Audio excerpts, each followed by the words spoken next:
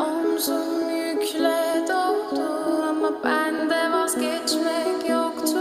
Bitmedi, bitmedi, bitirmedim.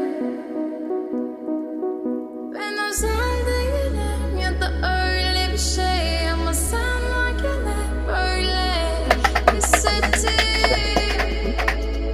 böyle hissettim. Yanan her şey gönlümde olmalı, bunu sen de hatırlarsın da artık